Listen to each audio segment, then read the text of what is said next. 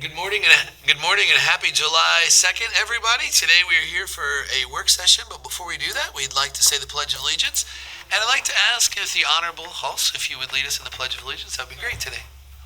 Allegiance to the flag of the United States of America and to the republic for which it stands, one nation, under God, indivisible, with liberty and justice for all. Thank you very much, Your Honor. With that, we just want to go right into our announcements. And so, Councilwomen, do you have any announcements for us today? Well, I just want to say that the Thursday night was fantastic over in the Jamesport Beach with the music that Mr. Wooten had graciously donated. It was a really great time. Thank you, Joanne. Thank you. I was very, very pleased. Everybody had a great time. There were people dancing. The music was fantastic. It was all music from the 60s. And we are trying to bring a night of music to Iron Pier, as well as Wading River. Councilwoman Merrifield is involved with that. And I'd like to have one more in Jamesport in September. I'm hoping to get an 80s band. If I can get somebody to sponsor that, that would be great. That's about it. Awesome. Anytime a Thursday can feel like a Friday, we've won, right? That's good stuff. So we have a couple of announcements that we want to make sure people are aware of. On 4th of July at 11 a.m., we'll be doing our grand parade for celebrating 250 years of America. I want to thank everybody who has worked so hard on their floats and come out. We know it's going to be warm. Bring an umbrella so that you can stay in the shade where you are. Put on that sunblock and be there. It's going to be an absolute great time. You can check out our website. And on our website, under America 250, is where you'll find the updated parade route. I'm going to make sure that you have that and all of that. So if you're watching from the media, please link that out. And then it's starting at 7 p.m. at the South Jamesport Beach. We're going to have a dunk tank, and we're going to have face painting. It's going to be a good time. And then 9:30, the fireworks go off. And yes, I will go in the dunk tank. So it's exciting. Somebody asked this morning. So you can hurl your complaints and a ball all at the same time if you want to, Chief. So that's the reason that we got the dunk. Exactly. No. It'll be the most refreshing place there, so I'm excited about it. So with that in mind, if you saw the work session, we have an open session item, but we're going to just flip and we're going to go right to resolutions with our Deputy Supervisor, Devin Higgins. And so we'll be doing that, and then we will go into our next matter. So, good morning to the board. We're ready to go. Okay, resolution number 1, Water District Capital Project number 82301, budget adjustment. Number 2, Water Capital Project number 81851, USGS test well closure. Number 3, Water District Capital Project number 82605, National Grid Hydrant Relocation Mill Road budget adjustment. Number 4, Water District Capital Project number 82612, Peconic River Hotel, 127 East Main Street, budget adoption. Number 5, Capital Project number 82513, EWR 2025-2026, Highway budget adjustment. Number 6, budget adjustment for purchase of new bucket truck for Street Lighting Division. Number 7, ratifies budget adjustment for East Creek boat launch repairs. I just want to say thank you very much to Ken Testa and everybody working on this so quickly. And there was money that we had available to use for this, so it's fantastic. Thank you. Yeah, we went, and it's public. It's good stuff, so we're excited about it. Resolution number 8, ratifies budget adjustment for CDA EPCAL legal fees. We need to just pull this resolution. This was mistakenly added to the town board agenda, and it actually intends to be in the CDA agenda for the meeting of July 21st, so we're just going to pull that out of the queue. Resolution number 9, Suffolk County Water Authority Federal Pass-Through Grant 2025 budget adjustment. I did want to say something. I spoke to Jenna about this in detail, and this is just something that was done, and it's housekeeping. We need to make sure that we're appropriating that correctly and letting all the taxpayers, not just here, but everywhere, know how it goes through. So she asked me to mention that. Resolution number 10, budget adjustment to pay down Town Square ban. Number 11, budget adjustment to pay down 2018 Series B bond refunding. So this is our CPF. This is what we're doing to pay off our Community Preservation Fund balance. That is the $7 million, which we will not have debt in there anymore.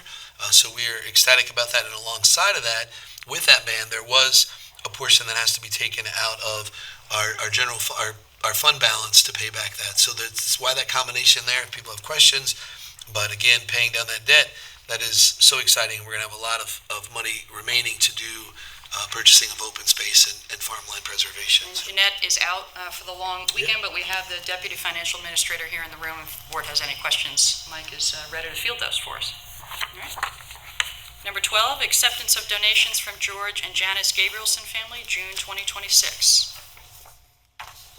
Number 13, accepts donation from the Riverhead Police Benevolent Association for PAL Bike Rodeo sponsorship. Number 14, I authorizes... just want to say that I've been to that bike rodeo. I don't know how the police officers even passed that test, the bike rodeo. That's a tough little course for the kids. 14, authorizes purchase of Meals on Wheels truck for seniors department and approves budget adjustment. Number 15, sets the fees for showmobile usage.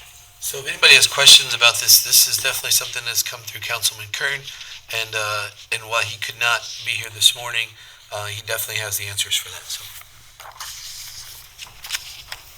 Number 16, amends Resolution 2026-107, setting fees for Riverhead scavenger waste. So Tim Allen, the sewer superintendent, is in the room if the board has any questions, but in sum and substance what this is doing, come on up, Tim, basically just allowing for the credit card charge to be passed along to the customer, but Tim can expand upon that. Yeah, the total fee for the scavenger waste hasn't changed since 2017 when we went to the credit card fees. So since then, we've been gathering probably around $35,000 a year in credit card fees. So this 2.98% will go back to reversing the credit card fees. That's all. Great. He's very vigilant on that. If we could just go back to Resolution 15 about the showmobile usage. This is actually something that I've been working with Councilman Kern on. About 2 years ago, we really did a deep dive into how much it actually costs the town for use of the showmobile, and it's significant. And we are actually losing money by not having additional fees that we could be bringing in. We researched what other towns that do have a showmobile are charging, and we just simply are not charging enough. So I think that it's important for the taxpayers to up the charges for people that want to use the showmobile, and that's about it. Good. No, it's great, thank you, because it's not just the grounds crew that's working overtime on the weekend to monitor and make sure that everything is, the way it should be handled with the showmobile, but also highway has to bring it to and from the location. Again, on the weekend, that's overtime. So it's a lot of money that the town is spending for And they allowing have to others stay to and use get it. Yes, yeah, thank you. Councilwoman Woski, he had asked, he just told me that, so I just wanted to make sure. So good deal. Thanks for having those questions answered for us. So we'll go to resolution number 17, appoints a student intern 2 to the engineering department, DESA. And number 18, appoints a student intern 2 to the engineering department, Ocho Grosso. Number 19, appoints seasonal personnel to the recreation department. Number 20, appoints part-time court officers to the police department. Number 21, ratifies the appointment of a part-time office assistant. Number 22, ratifies the appointment of a part-time office assistant. Number 23, appoints a senior justice court clerk. Number 24, appoints maintenance mechanic 2s to the engineering department. Number 25, amends Resolution 2026-605, appointing an automotive equipment operator. Number 26, appoints Amy Ellis to the Emerging Technology Committee. Number 27, appoints Salim Massoud as chairperson of the Anti-Bias Task Force. Number 28, reappoints Thomas Nijon to the Veterans Advisory Committee. Number 29, reappoints Kimberly Judd to the Veterans Advisory Committee. Number 30, ratifies the resignation of a minibus driver. Number 31, ratifies the resignation of an automotive equipment operator. Number 32, authorizes town clerk to publish and post notice to consider local law to amend Chapter 289-17 of the Riverhead Town Code titled Parking Time Limited. That's what we're going to be discussing partially here today. Number 33, authorizes town clerk to publish and post notice to consider a local law to amend Chapter 289 of the Riverhead Town Code entitled Vehicles, Traffic, and Parking Regulations. And I think Councilor Howard was going to come up and just discuss this with the board. It's the one we talked about. And then the other one we're pulling, is that right? Can you come up to the table, Eric? That would be.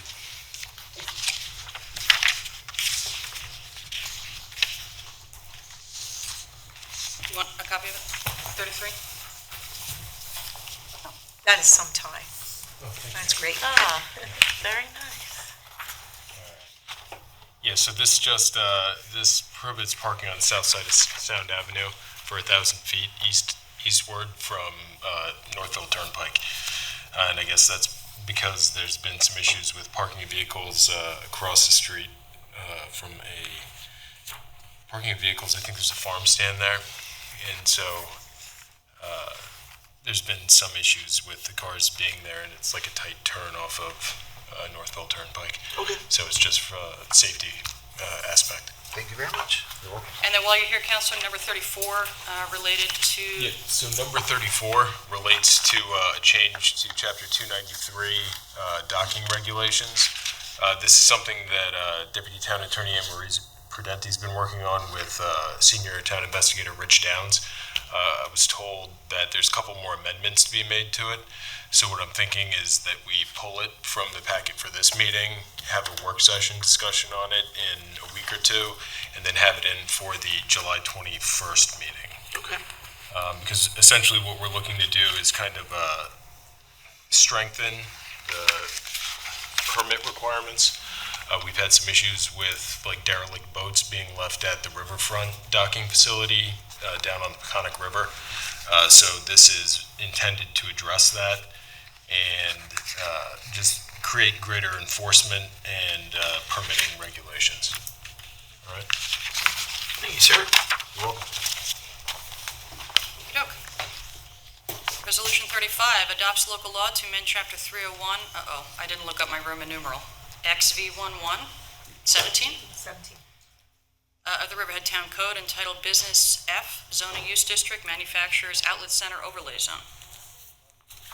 Number 36 authorizes town clerk to publish and post notice to bidders for Q's FlexiTrax C550C portable video pipe inspection camera or equal for the Riverhead Sewer District.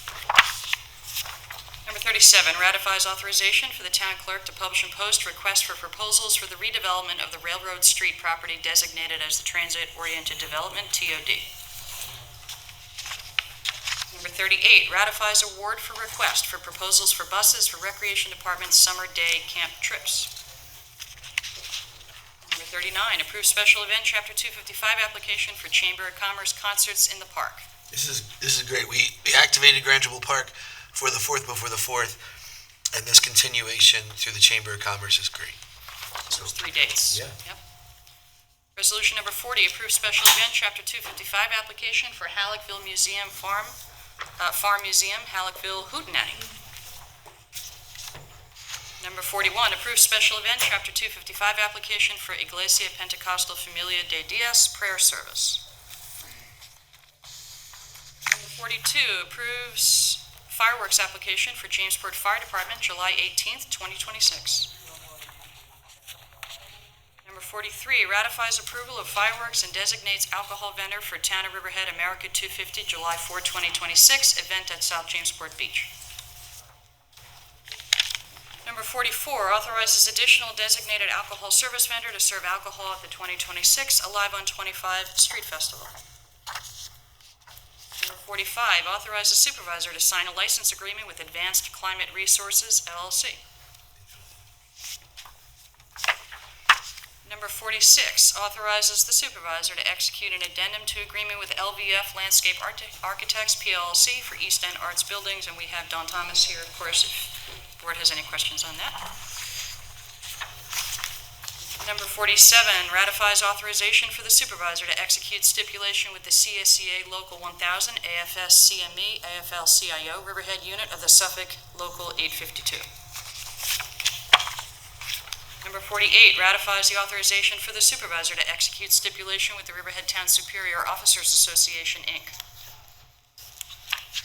Resolution 49, ratifies authorization for the supervisor to execute stipulation with Riverhead Town Police Benevolent Association. These have to do with the retirement incentive, They correct? do. Yep, all three. Thank you to the union reps for getting that back to us and agreeing to that. Good stuff.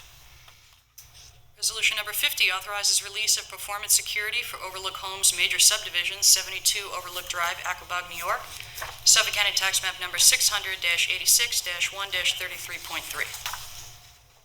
Number 51 amends Resolution 2026-320 and authorizes the release of a letter of credit for Birchwood Major Subdivision, Section 3. Number 52 authorizes the supervisor to execute certification and point a contact information sheet with the Department of Navy for the loaned aircraft. That's over at Calverton, of course. Number 53 accepts H2M Architects and Engineering proposal to prepare map and plan for Town Square splash pad. And number 54 pays the bills. Absolutely. Just want to see, I believe as we're done with our resolutions, just wanted to see if Mr. Farrell was available. I think he's online. If not, either way, we're going to begin. He is? He's good to go? I don't know. Oh, sorry. I We're thought going you to said. start. sorry. Either way, we're going to start. So we're going to go ahead and move on to our open session item, matters surrounding parking management and enforcement, with Councilwoman Merrifield, Ms. Thomas, Chief Frost. I also believe we have the Honorable Lori Hulse with us. So if you guys would like to join us at the table. There's nobody in the Zoom waiting room. Okay. So we'll begin that. Do you want to text? Yeah, we have our reps from Justice Court. If you guys want to come up. Kevin, Mr. Wood? Yep, absolutely. Sorry, I thought you were just going to make your way. Okay, I'm going to Thank you guys for joining us. Love this. look a little. Do you want to try to text Dennis? Do you want to Yeah, sure. text Dennis? Say, wait.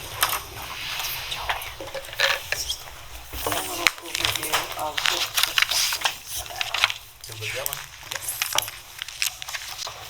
and this is the proposals from FBS. that I think you would be interested in, but, You have another copy? I have a few, yeah, you can pass them around. Thank you very much.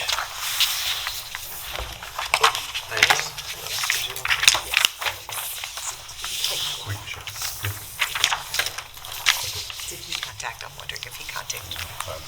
No reply yet, but we'll go real time here. Okay, so I think, Kevin, you're going to walk, and Denise, I believe you're going to take the lead on this? Okay.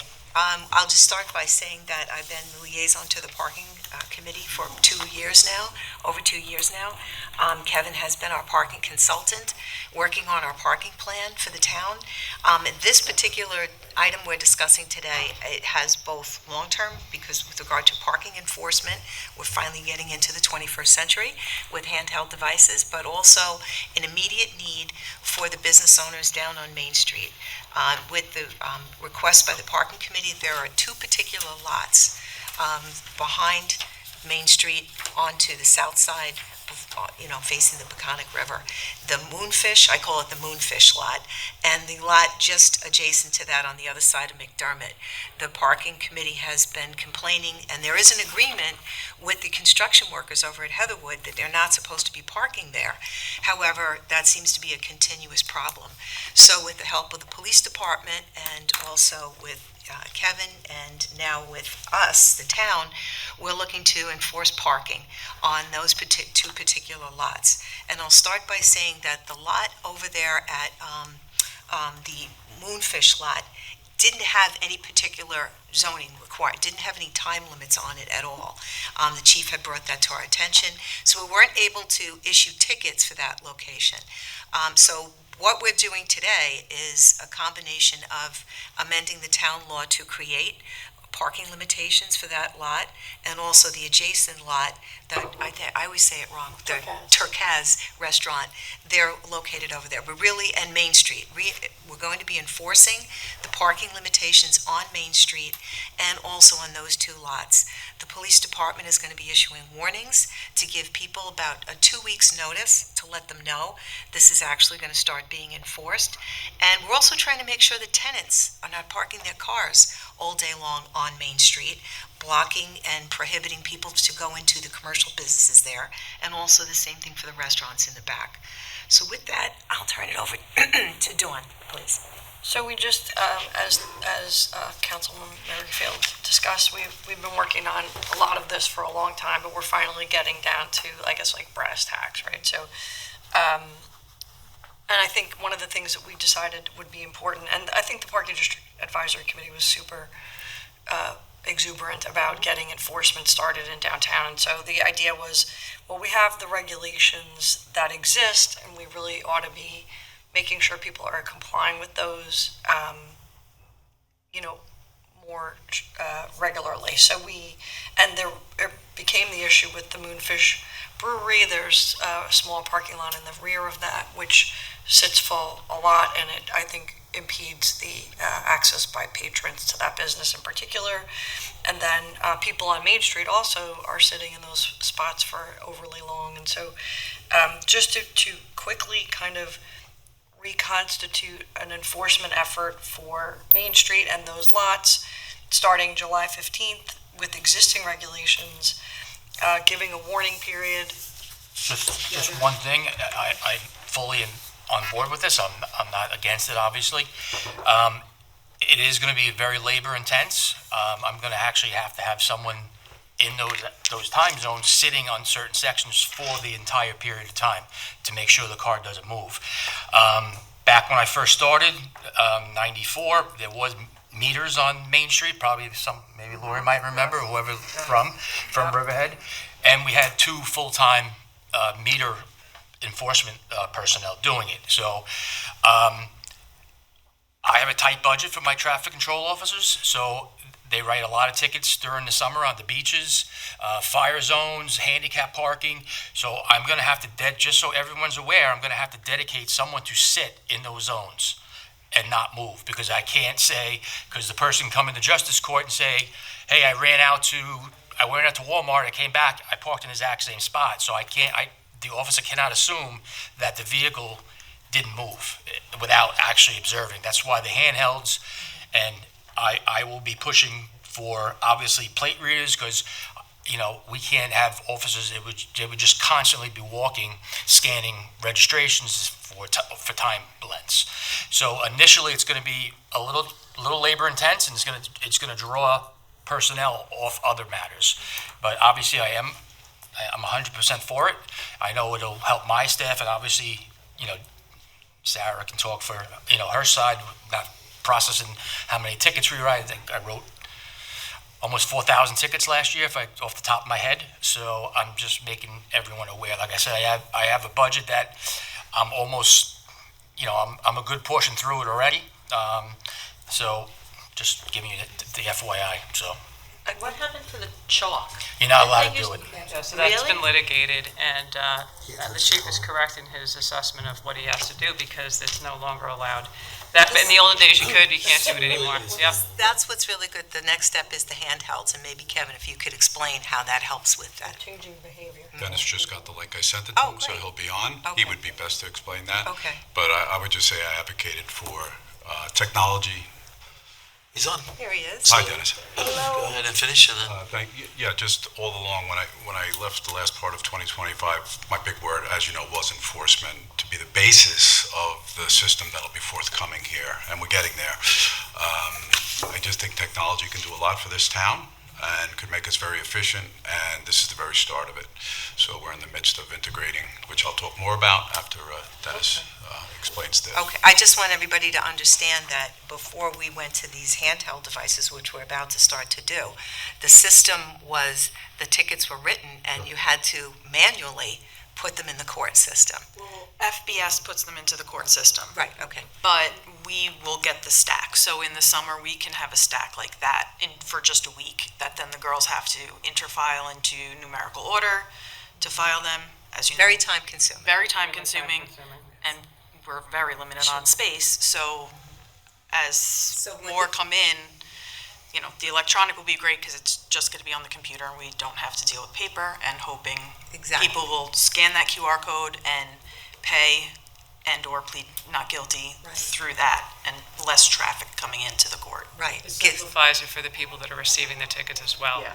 It's easier for the TCOs, as the chief has mentioned, because it's a simple click as opposed to standing there and writing something out.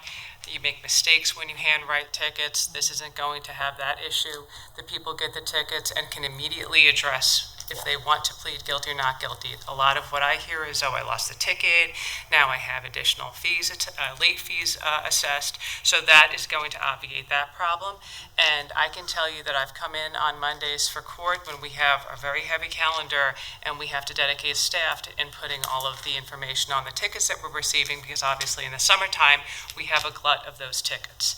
Hopefully with the system, and I can obviously let Dennis explain it further, the person has the ability to immediately either pay it or plead not guilty, as Sarah has said, provide any documentation or information they want to. So we're also going to achieve the goal of not having as many people coming into court to challenge their ticket, which is going to be ideal. Then the town attorney doesn't have to come in and spend half of her day there, and it's going to cut down a lot on the people coming into the courtroom and feeling like they're wasting their time having to take off of work. So it's really a win-win. And filling up your docket And with filling- unnecessary right, of course. tickets that can just Yes. get paid online. Yes. Okay, we're all set for you now, Dennis, with all that big intro. If you would explain the process to us, please, and what it is that you're proposing to provide to the town. Yes, and thank you. I appreciate being with everybody. Dennis, could you drop your camera just a little bit down? You could just point your camera down a little. There you go. And One or the other. and speak a little louder, please. Then Supervisor, you'll know I'm at the beach. There you go. That's it. There we go. Is that better? Yeah. So we have, I provided to Dawn, I think it was about a week ago, my document is dated Monday the 22nd, and outlined a cost proposal for the devices. So we have proposed then, and following up on the request by the town, to provide 6 units, which consists of 6 Zebra TC27s, the handheld devices. We had that device when we met with everybody back in March. Zebra Technology is a front runner player in terms of the handheld technology, along with the Seiko printer MPB30.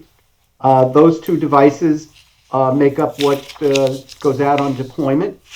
The rest of it is the software, which was $2,000 to do the custom build. Software first year, $5,940. Integration, $2,500.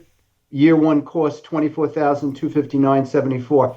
Now, let's just underline the $2,500 integration cost, because if we do not do the integration with GoGov, and I think there are some questions surrounding that, it would go from $24,259 down $2,500.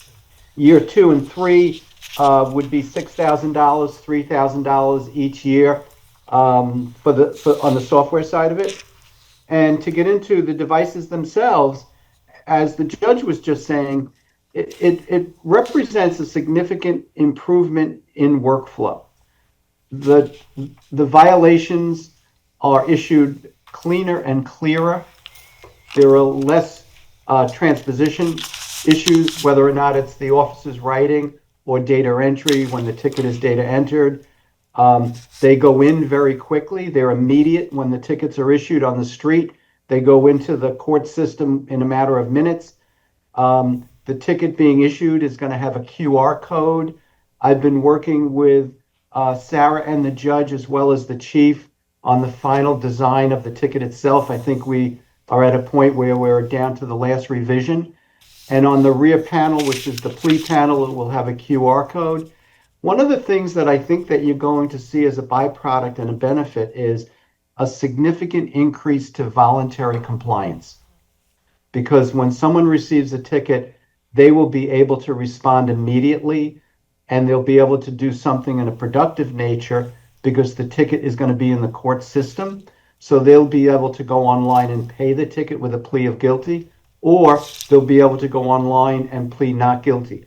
One way or the other, they'll be able to very easily and quickly, without complication, meet their burden in terms of answering the ticket. So I think you're going to have a significant increase to voluntary compliance.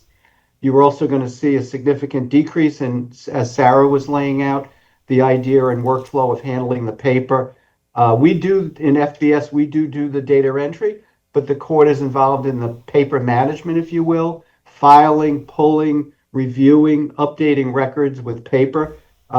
It's cumbersome, it's burdensome, and it's expensive.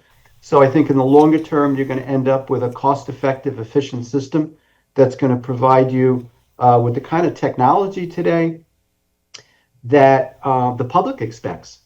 The idea is, I got a ticket in Riverhead, and how do I get rid of it quickly, simply, and easily? Any questions regarding the equipment, the devices, the software, the process? Dennis, I just wanted you to explain, this is something that the chief was talking about. I don't know if you were here when this came up, that you can do electronic chalking in a sense. There's photos that can be taken of the car, correct?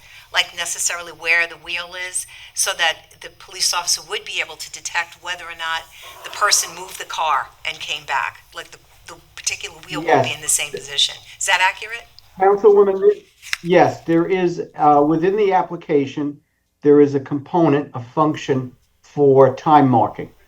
And it's where, we were talking about this yesterday at the meeting.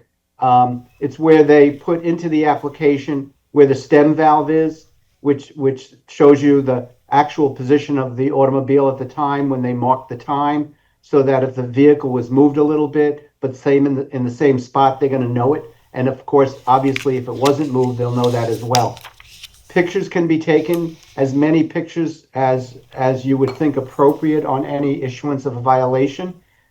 When the pictures are taken, the pictures, along with the digital data, a text file, if you will, and also a PDF of the charging instrument is uploaded. It's uploaded to the cloud, and then it's downloaded to the court system. So when Sarah would log into the system and she would look up a parking ticket record, she would see a link that would give her a click, and she'd be looking at the charging instrument, the ticket itself. She could click the photos, and she would be able to look at any of the photos that were taken at the time. And as well, it gives her a little Google map, which gives her the coordinates of the automobile at the time the ticket was issued. Because when the device issues the ticket, it picks up the GPS coordinates. So you actually can position that automobile, specifically where it was at the time of the issuance. In other words, they won't have any ability to plead not guilty anymore. Let's not say that. They will not have very strong cases. So what we have now is we have a significant portion of the individuals who are getting the tickets are out-of-town people.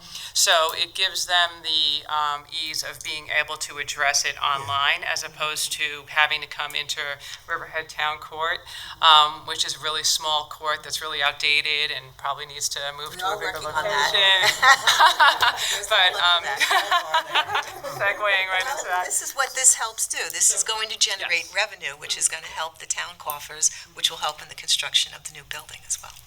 And like you said, the expediting of people and the ease, and they don't build them up, and so And encourages people to address it immediately, which is what everyone has been mentioning. But I thought specifically to like what the chief said, the officer can't just keep coming around. This kind of, you take a photo, know where the tire was, and will know later on when he comes and takes another photo that this particular car moved. Initially, but progressing down very near future, we need the plate readers to do it. Because it's got to be automated. And that's a feature also, Dennis, that you can provide moving forward. Is that correct? I need the plate readers. This is commercial alley down here. Yes. The integration, there's a couple of things I think for you guys to think about. One is... Could you just speak a little bit louder? That way, if somebody's listening at home, could you just pronounce a little bit? We're just having a little trouble. Certainly. So as I started to say, I think there's a couple of things that we haven't really gotten into in detail. One is, are you going to be providing a mobile pay app. So the folks that are paying, whether it be in parking lots, garages, on the street, paying for pay via a mobile pay app. The second part of that is we need to nail down the idea of an integration with GoGov to make sure that the permit information within the town is up to date and accurate, so that the integration will provide the officer on the street the accurate information as to whether or not there's a permit. And then last but not least, as the chief mentioned, we would do an integration with the mobile, with the plate reader. We had made a recommendation for the chief to reach out to a company that we've worked with, a company called Midel. They seem to have a really good product, and I think that would be something that you would look at maybe next year, where you got into the plate readers, and yes, the handheld devices would do that integration. So just in summary, we spoke about this yesterday, Dennis. There's many parking lots downtown that have a lot of spots in them. That's going to be really unfathomable for an officer to walk the lots every couple of hours. Again, I have to speed the plate reading process up. At least one plate reader, at least for the downtown area, would be efficient. I understand the permitting is more for the beach, which is off in the future, probably for next year, and that's where we need more. But I'm looking to, if they're looking for serious enforcement downtown, I'm gonna need a car that has that ability, instead of having someone sit for 3 hours in a parking lot watching or walking it. It just doesn't really. I don't have the dedicated staff. Like when we first started, we did have meter enforcement who worked into chalking, but now obviously chalking is illegal. So against court orders. So what is our Can you just send me that email, please? Because I don't believe I ever got that company's name, unless it was in another email from you guys with the parking ticket. Can you just send me that company's information, please? I will, Chief. I'll send it to you when I get off the Zoom. And again, as I said, we've had some good working relationships with them. But going back to the summary point is that the handheld devices are specifically built to, and I'll go back to, I think, some information that Kevin had provided at one time, the idea of all of these technologies talking to each other. So the handheld device would talk with the payment, the mobile payment app. It would talk with the permit application, and it would talk to the plate readers. So you have an efficient, if you will, in terms of the technology moving through the system network, the network itself, and that's a good goal to move towards. Okay. Dennis, do you want to explain to the public and us with GoGov and what he's talking about with these interconnectabilities? First, I would say this, and I don't want to get ahead of ourselves, but so the table here and the public understands, there really are 3 ways that someone could park in a system. And I'll tell you what I'm advocating for as your consultant. You have a pay and display option, which means people would walk to a meter, and we've all done this. You'd pay at a meter, and you get a ticket, and you put it in your windshield. That's now outdated, but I'm just letting you know that is a possibility that would allow enforcers to enforce without LPRs. The second way would be to number your spaces. That is also going away, but it's a possibility, so I have to put it on the table. With numbered spaces, both paying by cell or at the meter would enable the enforcement officers to simply say, oh, space 93 is occupied, it's not paid, let me go over there and give it a ticket. The industry standard now is pay by plate, and why that's important to Riverhead is we're moving towards a plate is a permit system. That's where the GoGov integration comes in. The GoGov integration is now, it's already existing for 2 years. You have 7,000 permits in your database. They're numbered not by plate, but by permit number assigned by Ashley in the department and or auto assigned by GoGov. We feel this can be simply changed. I really believe that can happen because not 100% of the database contents have plate numbers. Going forward, it would be a required field. So the plate becomes the permit, and that's wonderful because the integration between FBS, GoGov, which already exists, and future pay-by-cell apps and a parking management plan all come together. So I've always advocated that let's use technology to get these systems in place before policies are put in place. And we all know that we've all talked about policies, but if you have this, you can change policies on a dime when needed to be. So I have a very good understanding of that. I've actually done systems with Dennis's company in municipal government, in other scenarios. So I have a really good understanding of what needs to happen here for the future of Riverhead. And I think it'll outlast all of us when it's done. I would just say that's the paid parking piece of this project, right? The first part was Absolutely, systems. First was analysis, which took a while to figure out and do all of the studies and talk to all the people and the stakeholders that Absolutely. have an investment in this, and then to really prioritize what needed to happen. And this is the day where we are saying, I think, that the priority should be this enforcement start, then implement the technology, and then move eventually to a paid parking program where your information and data, gets created, and now people, we kind of roll that out in a way that people can digest it better than just immediately, starting something like that and shock to the system is stuff we don't want to. Really So how far are we away from our handhelds? We have I'll let Dennis answer that, but we have a Wednesday at 11 a.m. And we've been meeting weekly, and it's been very good. But Wednesday at 11 a.m., we're particularly meeting with Dennis's company and GoGov to finally get an API integration on the table so that these two can talk to each other. So we'll know a lot more after Wednesday. I wanted to comment. Sarah's going to be there. Oh, yeah, please. Ashley should be there. As many people as possible should be there.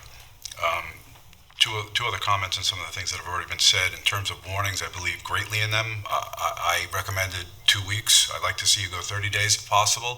The thing about the warnings, Chief, is that you don't need someone really to stay there. You can eye the car, and you really don't have to be you don't have to be perfect. A warning is going to be such that, things are coming, things are changing. And I will be instrumental in getting that out to BIDMA and our chamber. The other thing I want to make reference to is that 2 lots that we spoke about when we first sat down, they're 100% full today, this morning. So you ask yourself why, right? And we'll figure that out. But my experience has been that little sign that says no parking, it's not going to do it. Enforcement will help. If you could, spend the $100 or so that'll do a rail sign, 1 sign every 2 spaces. This way you really cover yourself. People, as you know, in court will say, I didn't see the sign. I thought that was for that part, not this part. So my experience has been put it right in between 2 spaces. I think you have 25 spaces there. You're talking about 12 signs, $1,200. It's the greatest investment in the world. I agree. And the whole thing, this is about changing behavior, making sure people park in spots they should be in and not taking commercial spots away from the downtown businesses that are having a hard time with all the construction right now, and generating revenue for the town with less man hours used in providing all the data and more people clogging up the dockets with tickets that the photos are going to easily dispose of any kind of defense they may try to come up with. Well, you know what the good part about it, getting back to the not guilty pleas, is they can submit any documentation or photos or whatever they may have in their defense. They can submit it online. The town attorney's office can review it, decide whether they want to prosecute or not. So a lot of this can be resolved without anybody having to come in, which is going to be very nice. I think the key to it too is the photos. There needs to be either, I know the tickets are small, so I understand if the picture can't be on the ticket, but it's going to need to be linked with that QR code. So when they go on the QR code to either pay or plead, that somehow they're able to see that picture of their. Well, That's for Dennis. Most of the time, people are not arguing that it's not their car. Most of the time, people are not arguing that they weren't at the beach. So, I mean, I know that everybody loves to see photos and videos, but that's not really the crux of the defenses that we hear. Most of it's the improper signage, or I was only there for a few minutes. Or, I didn't know I couldn't park there at a certain time. I thought it was time sensitive. So those are the majority of them. It was either I thought it was off-season, I was only there to pick up shells or have my lunch, or the notice wasn't adequate. Those are the top 3 defenses that we hear. So like you said, Kevin, the signage all over the place. And so our residents know this isn't, we're not trying to deter people. we're trying to create opportunity and turnover so that people have an opportunity to park close to businesses. And there are a lot of people downtown that park a car and it's there for a month, it's there for 2 months. So yes, I think this is not something. If you're watching at home, you're like, oh no, it's not. It's not that. This is about creating equitability for everybody to park. So And Supervisor, you asked when? I did. I do. Okay. I'm so excited because I know we have the beaches that are our TCOs can start using this technology and having unraveling it there. So yeah, Dennis. For the delivery of the handhelds. Supervisor, the one good news is this. 2 weeks ago, we jumped ahead and we procured the 6 devices. So we're in good shape as far as the equipment went. We actually went outside of our normal channels because our normal channels had told us that there was a backlog and a delay. It wouldn't be until August. So we have the equipment. I have been working with the judge, Sarah, and the chief on the actual ticket itself. And we've been working with the police department, the captain as well as the chief, to just nail down some of the data that will go into the build. So from the handheld place, we're in a very good position. There are a couple of things that are going to fall back on the town that absolutely need to get done, and they will control the time, the rollout. One is approving the proposal that I had submitted to Dawn for the purchase of the equipment. 2 is to procure 6 cell contracts for the devices. They require cell service. And last but not least is sign off on the ticket, get it to the printer, and get that process started. I've been told by the printer that in itself can take 4 weeks. So we're looking probably at this point at early August. If everything was to happen immediately, early August, maybe the middle of August. So that's where we are. And I'll just add that as far as the 2 parking lots, I have a resolution being prepared to amend the code, the town code, to have 2-hour parking. And Dennis, if you want to speak to the time limitations, these 2 lots we're talking about, there's going to be publish and post for the change in the code, and then the actual public hearing. I have the publish and post request set for the July 7th town board meeting, and then the July 21st town board meeting would be the public hearing, and we can proceed right to approving the resolution right then and there, to amending.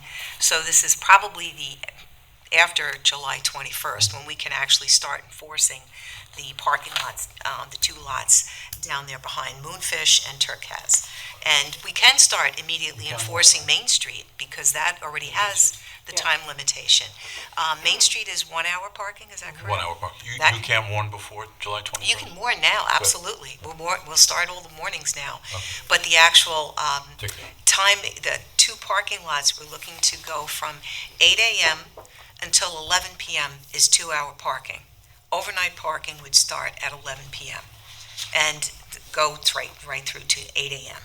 But from 8 a.m. until 11 p.m., it's 2-hour parking. And that's for the restaurants, because what we don't want to see happen is somebody go to a restaurant you can't get to a restaurant at 8 o'clock because some tenant or someone decides to park at 8 o'clock, and all of a sudden my 2 hours are up 10 o'clock, and I can stay here overnight. And you've killed the restaurant crowd for the restaurants in the back there. 8 p.m. is still a time people would be going to bars and restaurants.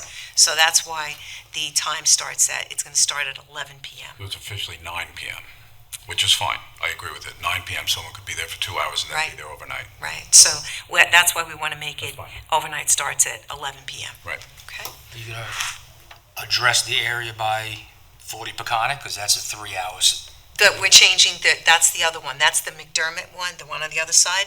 That is also part of that. What are you talking about? No. Yeah, I'm talking behind, like... over by Summerwind, right? Yeah. Citibank. Right, is that the bank? We were just doing the 2 lots. We were doing the 2 lots. The Turquoise. The one behind 40 Peconic Avenue, the apartment, there's green spots in there. They're 3 hour. Yeah. So right. That's going to be 3 and the other ones are going to be 2? Yes, and we're going to restripe those 2 lots. Those are going to be restriped to 2 hours. There is some unlimited time in that. There is. Yeah, that's Yeah, yeah. I'm just, At this, Those are the at this further given away. point, I can't see you even being able to enforce that because you can't see any striping. There's no striping at all in that lot, zero. basically, yeah. There really isn't. Well, yeah. So I would do this not to confuse the public. If you're saying green is 2 hours, it can't be 3 No, hours. it's not 2 hours. The green is 3. We're going to we're striping with the town attorney to white, which is 2 hours. Is that correct, Eric? Your policies know just stand on its own. I don't think you need different colors for that lot, for the Moonfish lot. Okay. Just keep it white, keep your signage the way it, Yes. yeah, otherwise, you see what I'm saying? Wait a minute, this said 3 hours over here. You understand, people are gonna define 3 hours as green. Okay. Well, I want to make sure that this is something that came up yesterday. Thanks, Eric. Thanks for Thank you. being part of the conversation. 1, 2, 3, 4. I only have one if, do you guys want? Do you want me to give it to? Yeah, if he needs it, I don't know if Eric needs it or not. Okay, he just wanted you to see it, so. Yeah, so right now the code doesn't say anything about the color of the spots, so that's really up to everybody.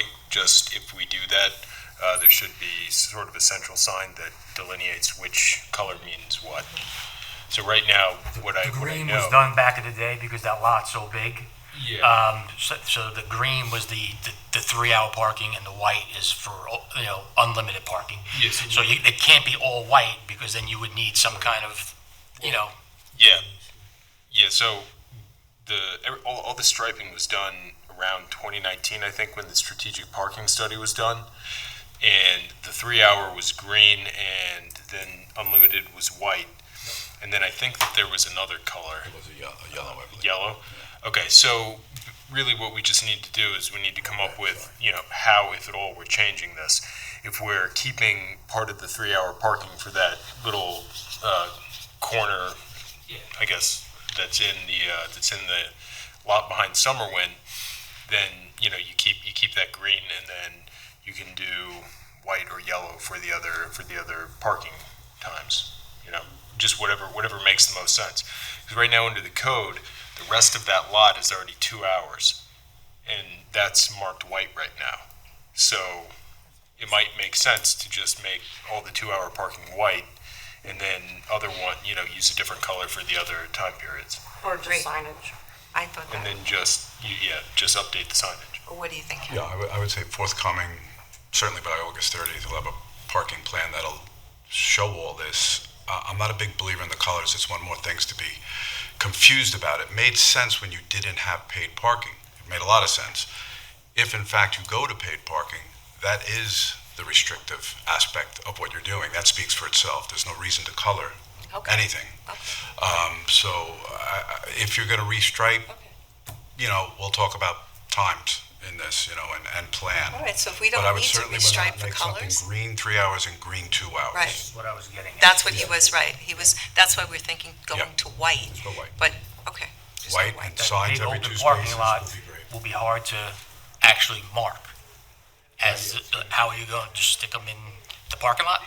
What, the signs? Yeah, where are you going to put the signs? I looked at it this morning. I have pictures. I'm going to show it to you digitally too, exactly where to put the signs. Behind the summer one? No, you've got an 8-foot piece of. No. By You're talking By about the- the big lot by Summerwind. brewery, I'm fine with that. Oh, yeah, That's yeah, easy to do. Yeah. But the other big wide open parking lot, No. how would you sign that? It'd be, This could be, depending, again, on the future plan. If this was being restriped next week, I would say keep it green. If it was being restriped in September, we should talk about it. That's my answer. Because you can always restripe green to white. I think my priority right now is just those 2 lots behind the I got you, restaurants but and then you know Main what? Street.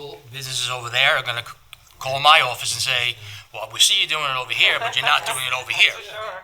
So that will and your office. And you're gonna push the parking to that area if there's no enforcement down there, so I think it needs to be continued. I mean, I think you're getting this conversation going, but we definitely need to push this, Kev. So all right, we'll talk about this further, It just gotta be signed. It's not appropriately signed right now. is that gonna stay 3 hours? Is everybody in agreement that one staying 3? It would be inconsequential in the future. If we're gonna do Okay. paid parking, Yeah, right? you- That's what I'm saying. Yeah. In the near term, it's going to create, I think, some kind of confusion for your officers who are writing the tickets, because right now, you have it marked green to denote the 3-hour parking spots. There's not really any clear barriers on that. sign at the entrance. There sure is. There's a huge sign here. Green parking, 3 hours. If this was to be restriped, even if the white wasn't going to be striped, absolutely okay to restripe this green, because this sign doesn't make sense. Come in because you the other can't side of see the parking lot and never see that sign. Did you hear what he said? You can come in the other side of the parking lot, you'll never see the sign that Right. says. Well, we need a sign here. That's what he's. Sign at Yeah. all, like. And I would, access you know, and there's a stuff. bunch of light posts in here that you can add to. So you gotta add signs. Yeah, That's what- 100%. I don't think, Yep. Chief's just saying, make sure we add the signs if you're asking them to enforce something, so you'll get yelled on the back end, so. To be honest, I would say keep it at 2 hours, it's just easier to. Yeah, if it's universal, You guys make the decision, but but if we have to change the code, so I don't. I know moving forward, it's not gonna make a difference, but Change the code to accommodate whatever the plan is. Just the marking issue has to be sorted out, because if we're gonna keep that little corner piece in the Summerwind lot behind Tweeds and Dark Horse, 3-hour parking, the officers who are writing the tickets and enforcing it are gonna need to know where that starts and where it stops. So here's what I'm hearing from businesses. This is the problem area. They say, When you say this, could you tell us, because I don't know if everybody can see it, but. you call it the Moonfish Lot? Okay, That's Yes. actually, that's the town square lot. Moonfish is a little. Oh, I'm sorry. Okay, so those lots are, people are saying, as we're seeing this morning, they're full. You never see this full. Right. Therefore, this is the saving grace, and they say, wait, you're not telling me to have my customers come all the way over here. The point is, there's always spots here. I've never seen this lot completely full, unless it's a major I have event. multiple times. Unless it's a major event. Tenants, or good it's tenants not. come in and complain Yeah, to the that's court it. I mean, I constantly, get there's calls nowhere to about it, park. and I think we're gonna push people that way. That's why I wanna see it. I mean, I'm 1,000% on board with this. We just need to make sure that we're, not setting all of these people up and to be successful Right. is what we want, not unsuccessful, so. I'm just saying, I'm not sure that your resolution that you want to put has to be married to this Right, particular. Right, I agree with that. Right. This is part of a future conversation. Do we know how many, Kevin, tenant parking spots there are there, or how many tenants actually park in that lot? There's Every one 52 of them. units in the building, but there's We no have- assigned parking. They're not. Right, well, I've heard that. I mean, what we get is the people who are tenants that come in and say, well, I live here and I don't have any place to park. So I'm wondering if your study Yes, has I'll shown share how that. many I'll of share those that with you. people actually park in that lot. I do. We interviewed every single apartment building. I'll share that with you. And so how many people park there, do you know? I don't know the number. So I didn't want to interrupt your presentation, but I do have a question about, I don't know who it would be directed to, but for, on Main Street, handicap parking, like over by the Suffolk Theater. Shows are usually an hour and a half, maybe a little bit more. I know that the door, for an 8 o'clock show, the doors open at 7. How do you handle a person that needs to park in that handicap spot and they exceed the 2 hours, and we have limited handicap spots, so do they have to leave the show and go and drive around and try to find another handicap spot? My opinion is you would let them park as long as they needed to in that handicap spot, which would be different than somebody having a handicap tag and parking in any spot, meaning the white spots. There is a difference, a designated handicap spot and parking in just a regular spot with the tag. So I'll I have a question. defer to. Is it Main Street timed? It's already 1 hour. No, I know, but when does it stop? It's from 8 to Eight at night. 8 at night? And it's unlimited after that. So they're in a regular spot that's at an No, hour no, time? I'm saying if they're in the handicap spot. Right.